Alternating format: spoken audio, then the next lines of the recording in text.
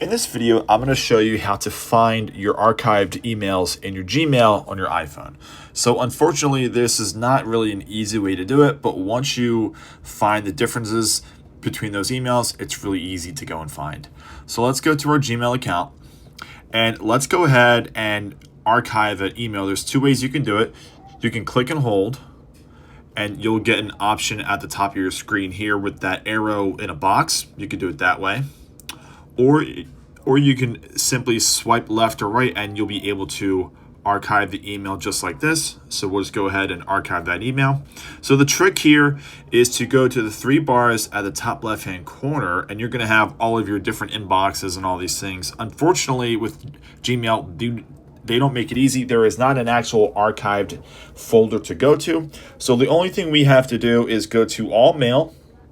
And what you're going to notice is that some emails have the little inbox area, little inbox word at the far right side of the email, and some don't. So that's going to be your way to figure out what emails are archived or not. So if I were to swipe left on this email here, I can't actually do anything with it because it's already archived. But if I were to go to one of those emails that has the inbox area at the far right side, as you see, I'll be able to archive that email.